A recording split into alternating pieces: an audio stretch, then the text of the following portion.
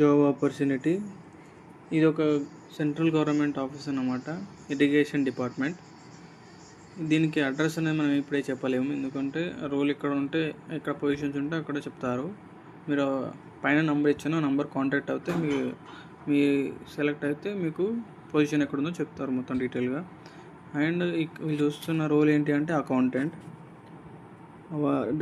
Related work అనేది ఉండాలి. Like accounts related Tally entry చేయడం, అండ్ ఏమన్నా పేమెంట్స్ ఎంట్రీస్ చేయడం, బిల్స్ మెయింటైన్ చేయడం, డాక్యుమెంటేషన్ ప్రిపరేషన్, అలాంటి వర్క్స్ అనేవి ఉంటాయి.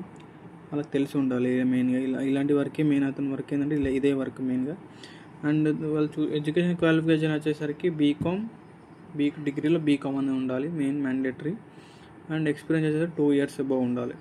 ఫ్రెషర్స్ అయినా తీసుకుంటారు, బట్ వాళ్ళు ఒక 2 years అనేది ఏదో ఒక ఫీల్డ్లో వర్క్ చేసి ఉండాలి. అందుకే 2 years ఎక్స్పీరియన్స్ అని పెట్టాను.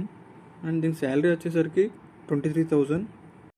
హాలిడేస్ అంటే సాటర్డే అండ్ సండే, ఎవ్రీ వీక్లో సాటర్డే అండ్ సండే హాలిడే ఉంటుంది. వీక్లీ 5 days అన్నమాట ఆఫీస్.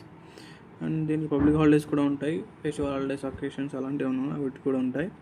ఆఫీస్ టైమింగ్స్ వచ్చేసరికి 9:30 PM to 6 అనమాట. దీనికి ఏజ్ లిమిట్ అనేసరికి 21 to 35. మేల్ అండ్ ఫీమేల్ ఎవరైనా ఎలిజిబుల్ అనమాట, ఎవరైనా అప్లై చేసుకోవచ్చు. దీనికి ట్రైనింగ్ పీరియడ్ ఏమి ఉండదు, ఎందుకంటే వాళ్ళు ఎక్స్పీరియన్స్ వల్ల చేస్తున్నారు కాబట్టి ట్రైనింగ్ పీరియడ్ అనేది ఏమి ఉండదు. ఇన్సెంటివ్స్ కూడా అలా ఏం లేదు. అండ్ దీనికి ఇన్సూరెన్స్ అనేది ఉంటుంది, లైక్ PF, ESA అలాంటిది ఉంటుంది.